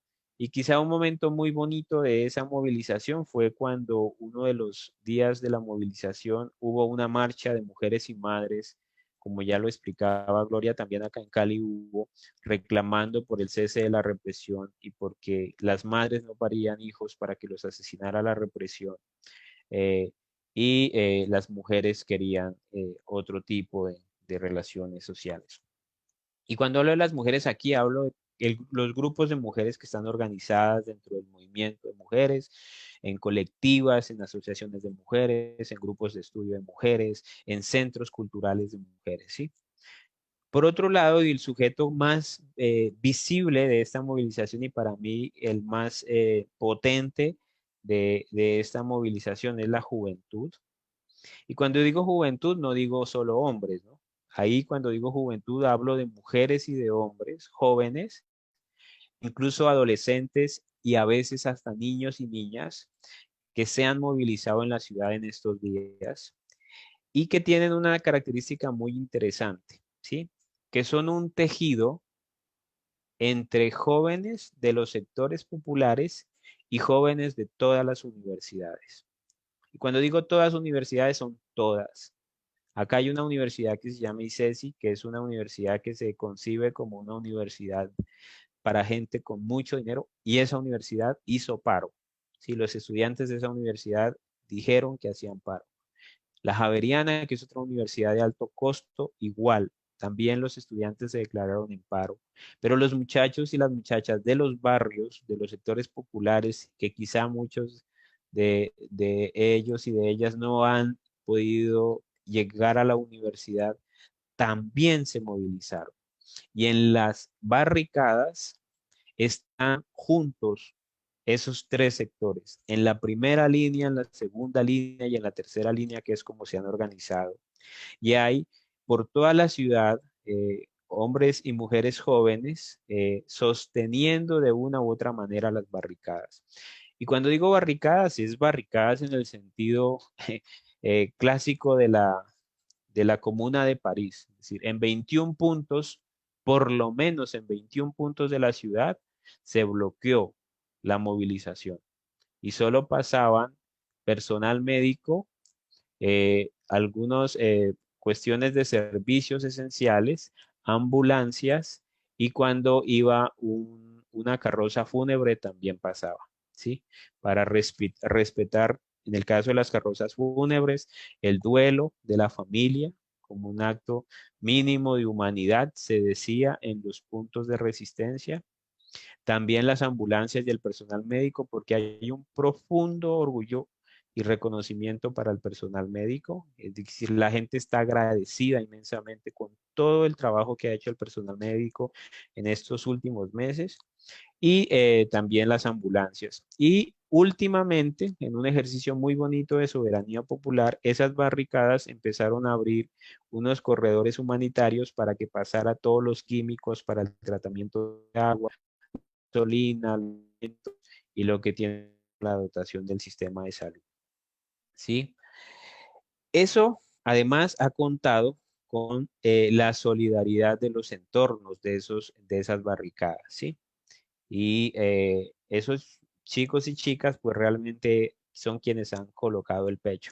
Y aquí yo coincido absolutamente con Gloria cuando ella dice que los jóvenes nos han enseñado que no eran la generación de cristal, como muchas veces se dijo, y se dijo de manera despectiva. Y cuando se dijo que los jóvenes de los sectores populares no tenían una dinámica de criterios políticos, por lo menos en lo que hemos observado en Santiago de Cali en los últimos días, en todas las 21 o más barricadas que hay, es que esos jóvenes y esas jovencitas están pensando, esos hombres y mujeres jóvenes están pensando otro país, ¿sí? Mientras la gente muy rica del oeste de la ciudad de Cali salió a marchar porque no podía sacar el carro, los jóvenes y las jóvenes de las barricadas sacaron unos comunicados donde pedían educación, salud, vivienda, dignidad, derechos humanos y democracia.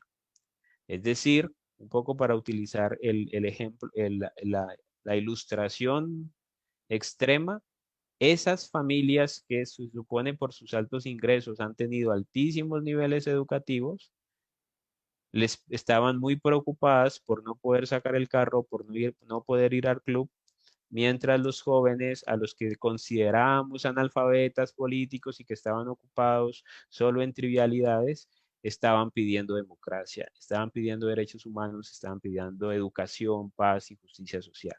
Entonces, ese es el otro gran sector. Creo que para esta movilización no podemos dejar de lado, porque ha sido protagonista, los grupos étnicos, es decir, la experiencia organizativa indígena con todo ese capital simbólico tan potente que tienen, y la experiencia organizativa es fundamental, ¿sí? Ha sido fundamental allí en los espacios de discusión y en la dinámica de la calle y de la movilización. Y dentro de esta dinámica de los grupos étnicos, tanto indígenas como afrocolombianos, también creo que tenemos que pensar al sujeto campesino. Porque uno de los, y quizá a futuro eso tendría que consolidarse mucho más, porque uno de los problemas más graves que hemos tenido y que estamos teniendo en este momento en la ciudad, que estuvo literalmente bloqueada por las barricadas, es el problema de la alimentación. ¿Sí? Cali es una ciudad de 2.500.000 habitantes y ha tenido un problema gravísimo, por ejemplo, de provisión de alimentos. Jamundí, que es un municipio cercano, como tiene muchas zonas campesinas cerca, no ha tenido tanto ese problema. Pero Cali ahorita tiene un problema de abastecimiento de alimentos, y eso también se ha convertido en un problema para el movimiento del paro. No solamente para los supermercados, sino también para el movimiento del paro, porque la gente de los barrios está diciendo, bueno, ya no hay alimentos, sí, muy importante, muy valiosa la lucha y la barricada, pero bueno, ¿cómo conseguimos alimentos? Y no hay centros campesinos consolidados que puedan proveerlos, como sí está pasando en otros municipios, como en Jamundí, por ejemplo. Otro sujeto que creo que es muy importante en este escenario son las organizaciones de derechos humanos, que desde todos los puntos de concentración y de movilización realmente los llaman frecuentemente. Es decir, hay una legitimidad ganada del movimiento de derechos humanos. Y ya las dos últimas cuestiones que quisiera mencionar en términos del sujeto, es que si bien hay una discusión y a veces enojo, crítica y reclamo con las organizaciones, las centrales obreras, yo creo que no deberíamos quedarnos en el plano del enojo, ¿sí? Creo que ellas también han estado, esos sujetos históricamente organizados también han estado presentes en la movilización. Y quizás lo que tendríamos que ver es cómo el paro desbordó las burocracias organizativas, y cuando digo burocracias aquí no lo digo de manera despectiva, pero el paro desbordó las burocracias organizativas históricas y se convirtió en una apuesta, por lo menos en Cali, en una apuesta organizativa más horizontal. Entonces allí es donde viene la pregunta, ¿qué tanto esas formas organizativas históricas están preparadas para escuchar esa forma organizativa horizontal, y esas formas organizativas horizontales, qué tan maduras están para poder sostener un escenario, como lo propone Edison en la pregunta, de no retorno o de basta ya? Y con esto cierro. Creo que fue súper importante las redes sociales, ¿sí? Cali, muy importante todo este tema de presión de los influencers de YouTube y de Facebook y de Instagram y de Twitter. Fue muy importante para visibilizar lo que acá estaba pasando. Fue muy importante lo que hicieron los K-Poppers. Fue muy importante lo que hizo Anonymous, ¿sí? No solo en lo que hicieron materialmente, por ejemplo, de bloquear tendencias que querían dañar el paro, sino también en lo que hicieron en términos de ayudar a sensibilizar a nivel internacional sobre lo que acá estaba sucediendo, pero también en términos simbólicos. Es decir, para la gente en los puntos de movilización y de concentración, era una buena noticia, una noticia que daba fortaleza cuando se avisaba, por ejemplo, que la página del ejército fue hackeada por un grupo de presión de este tipo a nivel internacional, ¿sí? Porque como algunas noches, como dice Gloria, fueron tan tristes, luego escuchar que no todo estaba perdido era también una buena noticia que fortalecía y que fortalece lo que se está haciendo. Ese es como, digamos, el panorama de lo que yo creo se está haciendo, hombres y mujeres de todas las edades, eh, a- tratando de construir. Y yo diría también de todos los estratos, aunque en el último, con esto ya termino de verdad, en el último hecho gravísimo que fue cuando al parecer un grupo de familias muy adineradas, al parecer digo relacionadas con la mafia, incluso se llegó a mencionar carteles mexicanos, atacaron al lado de la policía a la minga indígena y le dispararon. También es cierto que ni siquiera en esos barrios la postura es homogénea contra el paro. También en esos barrios hay algunas familias que enviaron mensajes y cartas y denuncias diciendo que no era cierto las acusaciones que había de parte de quienes atacaron a la minga, y que la minga no tenía la responsabilidad con eso porque se intentó vender esa idea, y que se respaldaban y se solidarizaban con el paro nacional. Y de allí para abajo, acá en Colombia se llama estratos sociales. Entonces los más ricos son de estrato 6, luego viene 5, 4, 3, 2, 1. Y desde el estrato 5, 4, 3, 2 había y hay todavía formas de solidaridad con los y las jóvenes de las barricadas. Ese es como el sujeto, creo, que se ha movilizado en la ciudad de Cali, y yo no podría generalizar y hablar de las otras ciudades y de los otros puntos porque sería atrevido, porque no me he puesto a revisarlo detenidamente. Muchas gracias.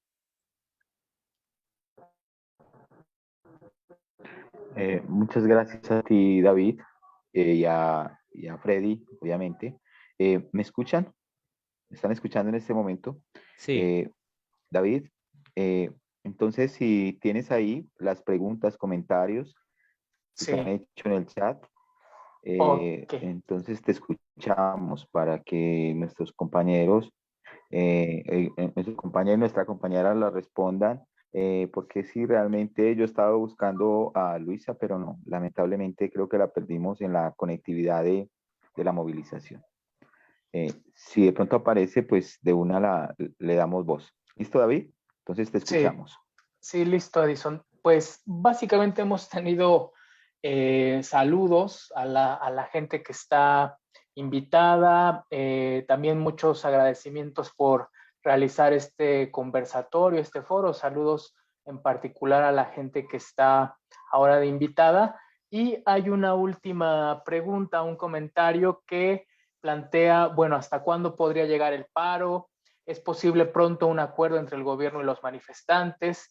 ¿Por qué el pliego de peticiones? Porque el pliego de peticiones es amplio y este es un gobierno que no cumple y que se fortalece con la violencia. Es decir, un poco cuál sería la expectativa de nuestras invitadas e invitados sobre estas movilizaciones. Eso es lo que podemos recuperar de lo que se ha planteado ahora en el chat. Y por otro lado, para la gente que nos esté escuchando ahora en directo o en Facebook o en YouTube o en las retransmisiones, decirles que estamos pensando ampliar estas reflexiones en varias sesiones donde de manera muy puntual tocaríamos algunos de los puntos y a mayor profundidad que ya se han estado señalando. Por ejemplo, el tema de la represión, el tema de la militarización, el tema de, digamos, las causas estructurales de mayor aliento que dieron lugar a estas movilizaciones. Entonces, les pedimos que estén atentas, atentos a este Facebook y también, bueno, a los carteles o la difusión que podamos hacer, tanto en esa cuenta de Facebook como seguramente podremos hacerlo también en la del Colegio de Estudios Latinoamericanos de la UNAM. Entonces, les pedimos que estén atentas, atentos y vamos a continuar con la reflexión. En este momento queríamos darle centralidad como a esto, ¿no? A las y los actores de estas movilizaciones que, como nos están señalando las invitadas y los invitados, pues están renovando de alguna manera también las formas de expresión política en Colombia. Pero bueno, yo lo dejo ahí, ahí están las preguntas sobre las perspectivas que puede haber hacia el futuro. Adelante, Edison, compañeras, compañeros. Freddy y Gloria, ustedes dirán, les escuchamos. Bueno, bueno, las perspectivas, pues, bueno, no me atrevería un poco como a revisarlas tan, porque creo que es un movimiento que se está haciendo en la marcha, empezando porque, como lo dije anteriormente, no hay, digamos, muchas de las personas que se están manifestando ya no se recogen en los convocantes iniciales de las manifestaciones, es decir, el Comité Nacional del Paro. Muchas están saliendo precisamente porque hay una centralidad de organizaciones un poco más históricas, o como lo decía John Freddy, más burocráticas, y esto es un movimiento juvenil, incluso donde no necesariamente se recogen en las organizaciones estudiantiles. Hoy tuvieron y ayer tuvieron algunas reuniones de las que no salieron, digamos, muchas, no se hizo algunos adelantos frente al tema de negociaciones, porque además ni siquiera el gobierno le llama negociación, sino diálogo, y sobre todo porque hay un punto de inflexión frente al tema de que hay, digamos, en los demás creo que hay un poquito más de flexibilidad, pero hay un punto de inflexión que es el tema de que el Estado reconozca que esta fue unas movilizaciones que han sido reprimidas de una manera arbitraria, inimaginable y desbordada. O sea, y frente a eso, digamos, tanto el Comité de Paro como la reunión que tuvieron jóvenes hoy, han dicho que si el gobierno no empieza por reconocer estas personas y empezar a hacer justicia frente a los manifestantes y las manifestantes que han sido asesinadas, pues entonces no tienen cómo empezar un diálogo mucho más fructífero.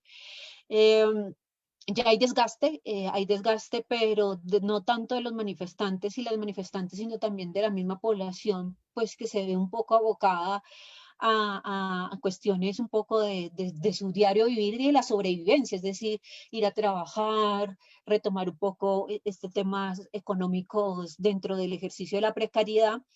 Y bueno, pero lo importante es que sigue siendo unas manifestaciones con muchísima legitimidad y la gente, pese a que le ha tocado caminar y le ha tocado muy duro en estos días, dicen y piden a quienes están en las calles que se mantengan un poco. Bueno, y eso es lo que se me ocurre como en términos de perspectiva, habría que esperar. Yo no veo un poco de liderazgos claros en el sector juvenil, o sea, como un liderazgo claro, y no siento que el anuncio de hoy de decir que va a ser gratuita la matrícula para las universidades para estrato 1 y 2 logre menguar o medianamente hacer que los jóvenes se desmovilicen. Creo que eso es un paño de agua tibia para muchos jóvenes porque muchos no están viendo un poco el tema de la gratuidad en educación superior, sino, digamos, condiciones de empleo, otro tipo de condiciones también de las que no se han hecho ningún tipo de manifestaciones por parte del gobierno nacional. Así que hay que esperar un poco el desenvolvimiento en estos días de lo que pasa. Muchas gracias, Gloria. ¿Y Freddy? ¿Qué dices así de esta pregunta en perspectiva? Bueno, yo hoy salimos tempranito, como a las 8 de la mañana, y bueno, regresé antecitos de las 5 que Edison me dijo que no estaba esperando. Eh, ¿Y qué observo? Observo que hay unas partes de la ciudad que todavía tienen mucha fuerza en la movilización. Observo que hay otras partes de la ciudad que ya tienen un desgaste, un agotamiento. Ese desgaste no es solamente porque haya pasado el tiempo, es también porque la represión ha sido muy dura contra esos jóvenes, contra esas personas que estaban allí sosteniendo lo que acá se ha llamado, y es una palabra que se grita en las calles, que se escribe en las redes, que se manda por los WhatsApps, es resistencia, ¿sí? Y esos puntos que han estado haciendo la resistencia ya pues han sido duramente reprimidos, entonces también están cansados. Algunos de esos puntos han manifestado con toda el derecho a que tienen de decirlo, de que hay miedo porque la represión ha sido muy brutal, eh, hay agotamiento, pero lo que sí no hay es claudicación, ¿sí? A pesar del cansancio, del agotamiento, del miedo, la mayoría de los discursos de esos jóvenes y esas jóvenes no son la totalidad, perdón, no son de claudicación, son de mantenerse firmes, luchando, de seguir luchando. Ese, digamos, es un primer elemento que creo que hay que tener en cuenta, y es que eh, habría que pensar cuáles son los ritmos de una movilización de ese tipo. Creo que en este caso no hay fórmulas. La misma movilización se ha ido haciendo. Quizá en el 28, el día 28 que la ciudad fue un río de vida, eh, no nos imaginábamos que siendo ya el 12 de mayo, todavía iba a haber movilización y marchas en la ciudad y barricadas, ¿sí? Es decir que, bueno, tampoco ni los más entusiastas de los analistas quizás previeron la fuerza de este acto. Pero ello no quiere decir que no haya, pues, desgaste, no de voluntad, sino de haber sufrido golpes tan duros. El segundo aspecto que uno observa es que sí hay un agotamiento de la comunidad, ¿sí? Y que eso también puede llegar en algún momento a ser contraproducente para la movilización, para quienes están más de lleno en el paro. Y yo creo que en Cali sí hay que prestarle atención a eso, no hay que ser arrogantes y soberbios con eso, porque también podríamos decir que es gente que no entiende y que no le importa y no sé qué, pero eso no es cierto, porque en la marcha del 28, en la marcha del 1 de mayo y en otras marchas que hubo después, la gente salió por miles y miles y miles. Es decir, la ciudad no es una ciudad que esté dándole la espalda a los y las jóvenes de las barricadas, pero hay también agotamiento. Entonces, no creo que la solución sea decir que es gente cobarde, apática, desinteresada, sino de pensar creativamente cómo continuar desarrollando la movilización. Y no creo que haya respuestas. Los jóvenes y las jovencitas de las barricadas acordaron ya que van a relajar un poco el nivel de rigurosidad de los bloqueos y todo eso, sí que van a ampliar el tema de los cordones humanitarios, los corredores humanitarios. La policía y el ejército y el ESMAD han intervenido sistemáticamente, a veces en 5 puntos simultáneamente en la ciudad, golpeando a los manifestantes y las manifestantes que allí se encontraban. Entonces, esa situación es la que se está presentando en Cali. Lo que sí hay es que hay toda como una dinámica de preocupación de parte de universidades, de parte de organizaciones sociales, de parte del personal médico.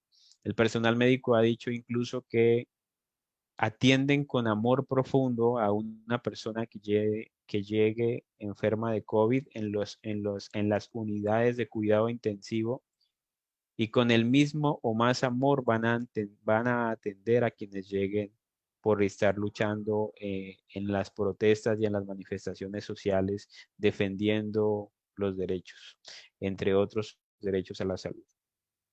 Y de un día fue muy bonito, por ejemplo, cuando una barra de uno de los equipos de fútbol de acá, que se llama el Cali, se paró frente al hospital a una de las clínicas y hizo una barra, un canto como estos del fútbol, pero de homenaje a las médicas y a los médicos y al resto del personal de salud. Y todos se asomaron por las ventanas como a recibir ese homenaje. ¿Sí? Entonces, toda esa creatividad, toda esa dinámica está presente, pero también estuvo presente que, por ejemplo, en la Loma de la Dignidad eh, había miles y miles de personas allí concentradas y 2 helicópteros del ejército, de la Fuerza Aérea del Ejército, sobrevolaron a pocos metros de la gente esos puntos, ¿sí? Es decir, es un tratamiento literal de guerra. Entonces, eso eso hace pensar cómo el movimiento se va a seguir desarrollando. La minga indígena hoy se devolvió para el Cauca, no para dejar quedarse quieta, sino para movilizarse desde los territorios que ella conoce y puede manejar. Pero, digamos, la minga ya no va a estar en la ciudad desde el día de hoy y mañana, ya estará la ciudad, digamos, con sus dinámicas. Y en términos de los liderazgos, no hay liderazgos claros, como dice Gloria, e incluso hay liderazgos porque no pareciera querer haber liderazgos en los jóvenes en el sentido clásico de los liderazgos que conocemos, ¿sí? Porque incluso esos jóvenes sin rostro, cuando sacan sus comunicados a través de videos por las redes sociales, son grupos de jóvenes y hombres y mujeres jóvenes con sus rostros totalmente cubiertos, leyendo un escrito que escribieron entre todos y todas. Es decir, esos liderazgos no tienen nombre, no tienen un rostro, al decir este se está destacando. Y a algunos de esos comunicados, por lo menos en los puntos donde estuvieron las barricadas, lo que dicen es que hay que ponerse de acuerdo y construir horizontalmente. Y no digo que lo tengan resuelto, también sé que tienen angustias, que tienen preocupaciones de cómo lo van a resolver, cómo se va a lograr recoger toda la fuerza que se tiene y el acumulado que se logró.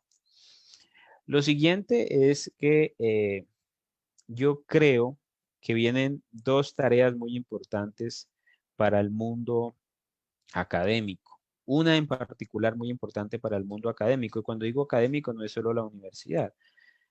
También digo los grupos de estudio, los colegios, las escuelas. Y es los jóvenes y las jovencitas los jovencitos y jovencitas de las barricadas han dicho que la memoria se escribe en la calle. ¿Sí? Y en algunas de las reivindicaciones han pedido que donde había antes estaciones policiales, ahora funcionen centros culturales. Y le han cambiado los nombres a los sitios de las ciudades. La Loma de la Cruz ahora se llama la Loma de la Dignidad. Puerto Rellena ahora se llama Puerto Resistencia. El puente de los 1000 días ahora se llama el puente de la dignidad. El paso del comercio ahora se llama el paso del aguante.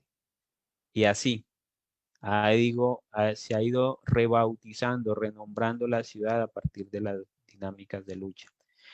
Esa memoria va a ser muy atacada por los medios masivos de comunicación. Va a tratar de ser desvirtuada, olvidada, digamos, negada o presentada como lo peor que le pasó a la ciudad.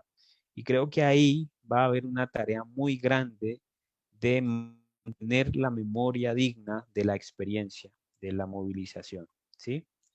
Y esa es una tarea que nos corresponderá desde la música, desde el canto, desde la poesía, desde la danza, desde el teatro, desde el cine, desde la escritura académica, desde la narración periodística, desde los murales, en fin, de todas las maneras tendremos que también luchar esa batalla por la memoria de esta lucha. Y finalmente me preocupa que pueda presentarse un proceso de actividad paramilitar contra los sectores donde se dieron las movilizaciones más fuertes. Como decía anteriormente, al parecer, ahí, no, al parecer no, se evidenció en varios hechos que hay una alianza muy fuerte entre integrantes de la fuerza pública y civiles paramilitares en la ciudad y que dispararon contra manifestantes en algunos puntos de concentración y que luego dispararon contra la minga indígena en un punto del sur de la ciudad, en un punto del sur de la ciudad, no en todo el sur de la ciudad. ¿Sí? A mí me da mucho miedo porque eso ha pasado antes de que a los jóvenes de esos sectores populares vayan a comenzar a eliminarlos sistemáticamente, porque este país es así. Bueno, esos jóvenes también han sido muy inteligentes y se han cubierto los rostros, pero aún así ese es un temor muy grande y es algo que deberíamos estudiar, pensar y a nivel internacional colocar todas las alarmas del caso y a nivel nacional y regional también para que ese juvenicidio, como dice un teórico mexicano, José Manuel Valenzuela, pues no se siga repitiendo y perpetuando, en este caso contra la juventud que participó en el paro nacional. Muchas gracias. Muchas gracias a ti, Freddy, muchas gracias a Gloria. David, entonces vamos cerrando el espacio. Creo que nos quedaron muchos aprendizajes en términos de cómo desde estos lugares, desde Bogotá y desde Cali, se ven las cosas y cómo realmente esto que nombra tanto el compañero como la compañera termina también nombrando lo que algunos de nosotros en otros lugares, en este caso desde Medellín, vemos que también está pasando, claro, con sus particularidades contextuales y territoriales. Pero este es más o menos el esquema de lo que pasa en una Colombia que decide erguirse, ¿sí? Que como vemos en una gran mayoría de la población decide andar como sujeto erguido. Colombia de pie le llamamos a este primer espacio de conversatorios. Así como con David,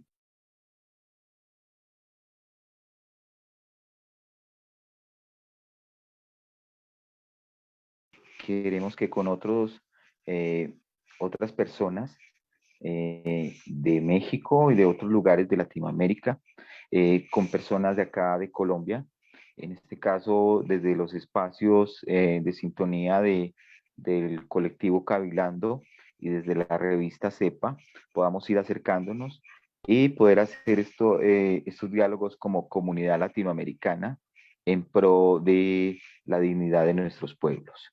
David, si tienes un comentario de cierre, para Sí, que entonces dejemos el espacio, sí, dale. Gracias, Edison. Le voy a dar primero la palabra a la doctora Andrea González, que ha estado muy atenta al conversatorio, me ha comentado que le ha parecido sumamente interesante. Y bueno, primero que todo le agradezco de nuevo el apoyo, el abrigo a este espacio, el interés, el compromiso, y les cedo la palabra. Adelante, Andrea, por favor.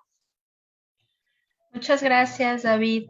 Pues yo en realidad quiero agradecerles, Gloria, Freddy, Edison, por estas horas que fueron muy enriquecedoras.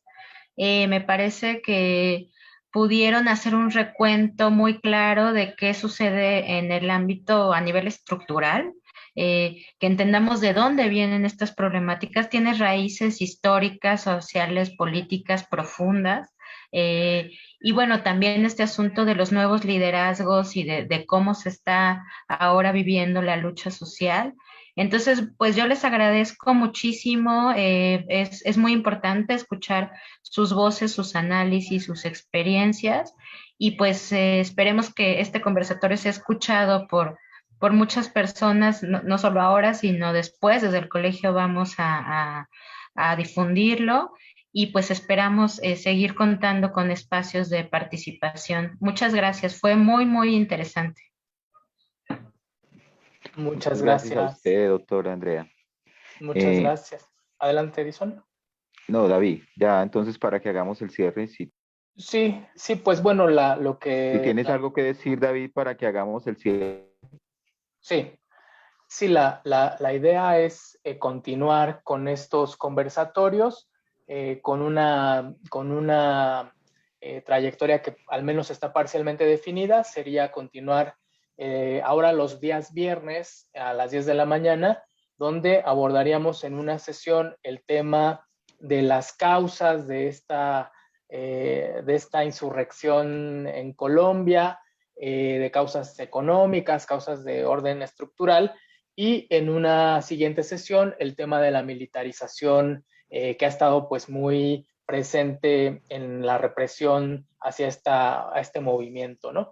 Entonces les invitamos a que estén pendientes de estas distintas actividades, decirles que vamos entonces a continuar con esto y que, como les mencioné, pues hay muchísimo interés en México, porque además hay mucha gente de Colombia, hay un vínculo pues muy estrecho entre ambas países, entre ambos pueblos.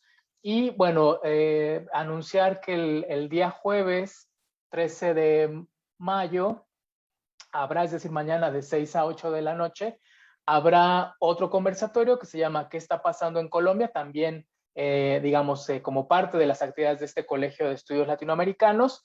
Ahí va a haber participación de compañeras y compañeros académicos: Mauricio Archila Neira, historiador, docente e investigador de la Universidad Nacional de Colombia; Aura Hurtado, historiadora e investigadora de la Fundación Paz y Reconciliación; Tatiana Peláez, periodista y redactora principal de Manifiesta Media; y va a moderar Cristina Sánchez Parra, docente de nuestra Facultad de Filosofía y Letras de la UNAM y del Colegio de Estudios Latinoamericanos. Entonces, pues también hay la invitación a que sigan estas actividades, muchos otros conversatorios. Les invitamos a que estén atentas y atentos a nuestro Facebook que habilitamos para poder llevar a cabo estos conversatorios. Se puede vivir resistiendo, donde vamos a darle difusión a estas otras actividades. También hay una asamblea de colombianas y colombianos en México que están ahora mismo teniendo otros conversatorios. Y bueno, básicamente esos serían los anuncios. De nuevo, muchas gracias a todas y a todos. Y no sé si quieres cerrar con algo, Edison.